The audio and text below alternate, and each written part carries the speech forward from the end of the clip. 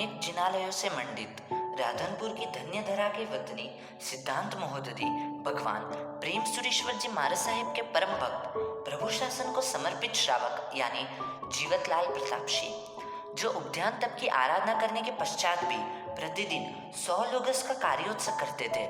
रात्रि भोजन त्याग, जमीन कन त्याग, प्रभु भक्ति आदि आचारों में समग्र परिवार को चुस्त बनाने वाले थे, तो भी संतानों के प्रति अंधे मोह ने प्रभु की आज्ञा विरुद्ध कराने का प्रयास करवा दिया।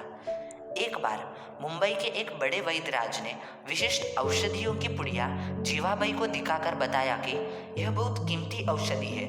दूध में उबालकर खाना खाने के 1 घंटे बाद बच्चों को यदि दिया जाए तो सभी का शरीर एकदम मजबूत बन जाएगा, सभी की तंदुरुस्ती बढ़ जाएगी, पूरी जिंदगी अच्छा आरोग्य रहेगा। समग्र जीवन भर शरीर को अच्छा रखने वाली इस औषधि को लेने के लिए संतानों के प्रति मोह के कारण जीवाबाई ललचा गए, जो स्वयं रात्रि भोजन के त्यागी, परिवार के सभी को रात्रि भोजन त्यागी बनाने वाले आज मोह के फंदे में फंस गए। वैद्यराज के पास से औषधियाँ ग्रहण कर ली। घर जाकर रसोई बनाने वाले बाबूराम को बुलाकर कह दिया, शाम को खाना खाने के 1 घंटे बाद दूध में यह औषधि उबालकर सभी बच्चों को पिलाना है। घर में हाजिर सभी बच्चों को बुलवाकर यह सूचना दी गई। 2-3 बच्चों ने पूछा, पिताजी रात को दूध कैसे पी सकते हैं? आप सबको ज्यादा बुद्धि लगानी नहीं है, मैंने कहा ना, बस पी लेना है, उस बात में बिल्कुल फर्क नहीं है। पिताजी की सख्ताई को देखकर सभी चुप हो गए, उनके सामने कैसे बोलना। पर इस समय इंद्रवदन घर में हाजिर नहीं था। जब उन्हें इस बात का पता चला तब बहुत ही ताज्जुब हुए।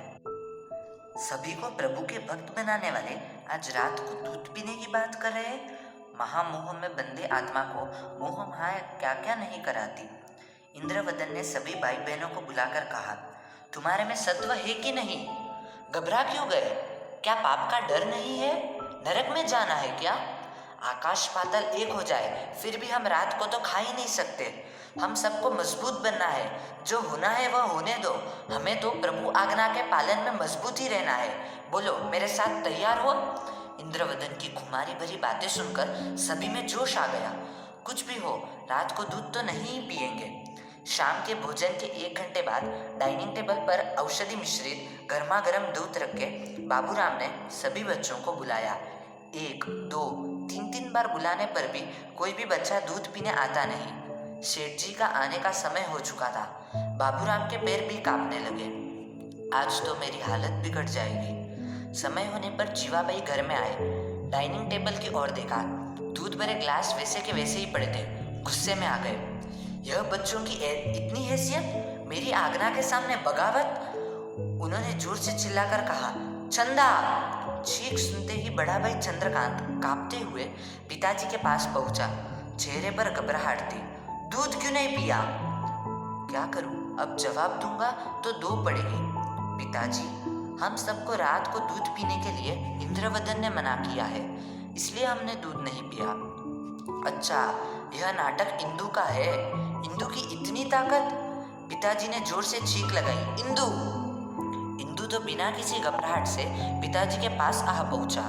परमात्मा की आज्ञा पालन में किसी से डरना क्यों? इंदु डरता था तो सिर्फ पाप से और किसी से नहीं।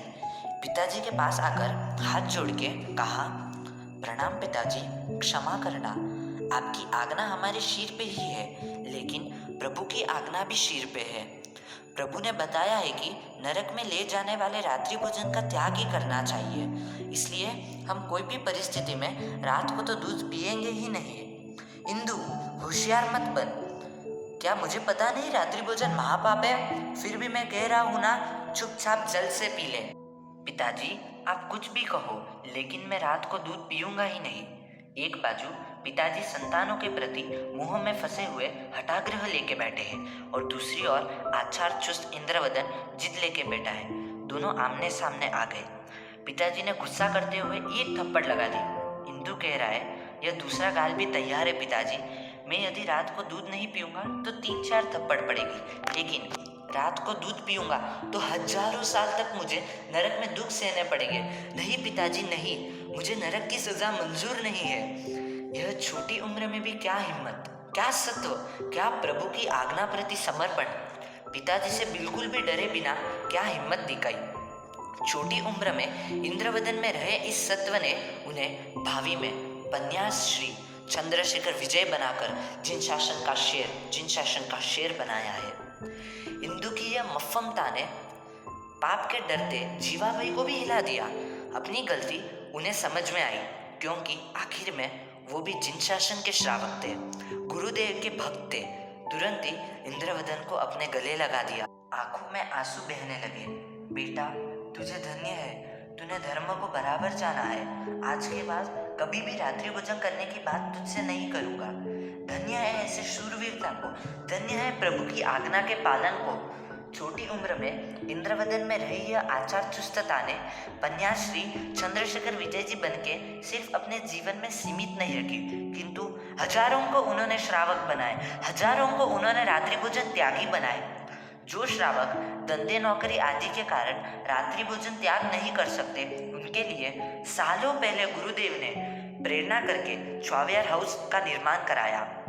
आज गुरुदेव की प्रेरणा से वर्धमान संस्कार धाम द्वारा मुंबई में तीन चौवियार हाउस चल रहे हैं। प्रथम चौवियार हाउस ओपेरा हाउस में शुरू हुआ, दूसरा चौवियार हाउस देवकरण मैंशन में शुरू हुआ, तीसरा चौवियार हाउस बीकेसी डायमंड मार्केट में शुरू हुआ।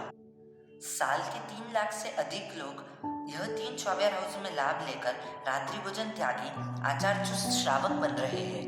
आज गुरुदेव के शिष्य रत्न आचार्य श्री मेघदर्शन सुरेश्वर जी महाराज साहब द्वारा भी से नो टू रात्रि भोजन के नाम से 20 साल से छोटे बच्चे बच्ची को रात्रि भोजन त्यागी बनाया जा रहा है। साउथ मुंबई में 3 साल पहले इसका आयोजन हुआ था। 2018 से 2020 तक के 3 साल में कुल 5,000 से भी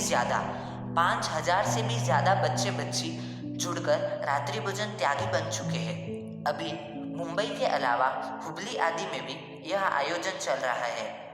धन्य है ऐसे गुरुदेव को, धन्य है ऐसे शासन पुरुष को, जिनकी प्रेरणा से आज हजारों आत्माएं प्रभु की आज्ञा का पालन करके रात्रि भोजन का त्याग करके प्रभु शासन को समर्पित बन रहे हैं। शासन पुरुष पन्यास श्री चंद्रशेखर विजय महाराज साहब के ऐसी नहीं जानी हुई अनजानी हुई बातें हर सुधी दर्शन को जानने के लिए आप आज ही आत्मशुद्धि परिवार के YouTube चैनल को सब्सक्राइब करें और देखते रहिए नेक्स्ट शासन पुरुष 3 23 जनवरी 2021 पोस्ट सुधी दर्शन शनिवार को। वंदे शासन पुरुषम वंदे जिन शासनम।